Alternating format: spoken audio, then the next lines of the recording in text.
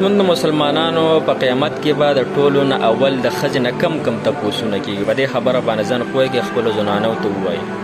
په حدیث مبارکو کې راځي حضرت انس رضی الله تعالی عنه تپوس کې د حضور پاک صلی الله علیه وسلم نه اول ما تسأل المرأة يوم القيامة من صلاتها ثم عن بعلها كيف علمت إليه. نو حضرت حضور پاک صلی الله علیه وسلم فرمایي چې د ښځې نه به ټول نه اول د مونځ باره کې تپوس کېږي، ځکه د زنانه په مونځ کې ډېرې سستي کوي.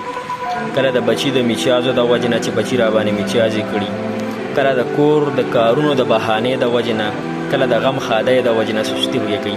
نو دغې وجې نه حدیث مبارکو کې راځي چې خپله بچی دا د ماشومتوب نه په مانځه باندې راواړوي، چې 7 کالو شي د ووښئ، چې 10 کالو شي چې 7 کالو شي په مانځه باندې ودروي، چې 10 کالو شي نو دا په چوکه باندې ووښئ. نن سبا زمونږ د دې کار نه بیخي غفلت دی.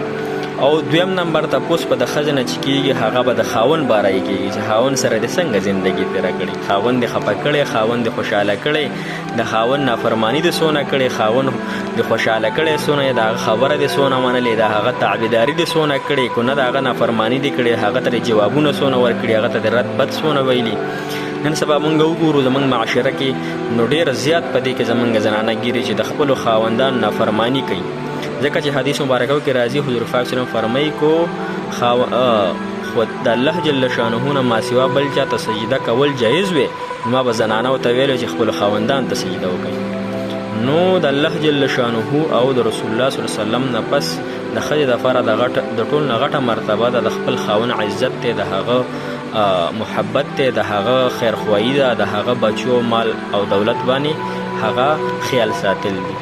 نو زنانو ته مې دا درخواست دی چې د خپلو خاوندانو ښه قدر عزت وکړئ، ښه خوشحاله وساتئ، ځکه لږه زندګي ده. او حدیث مبارک کې دا هم راځي چې هغه کومه ښځه چې خپل خاوند تقاریږي او ګورېږي او خبره نه مني مطلب او ردې بدې ورته وي، نو وي جنت کې چې د دې سړي کومه خورئ وي هغه ورته چې ای لعنت دې شه په تا دې الله تعالی تباه و برباده کړي، زما خاوند ته تنګې دا خو تا سره یو څو ورځو دپاره میلمه دی، دا همیشه دپاره موږ ته واپس راتلونکی دی. هغه د جنت حوره ورته خیرېږي دای ښځې ته، نو د هغې هم په لعنت کې راځو. الله جل شانه دې زموږ د زنانو حامي او ناصر شي.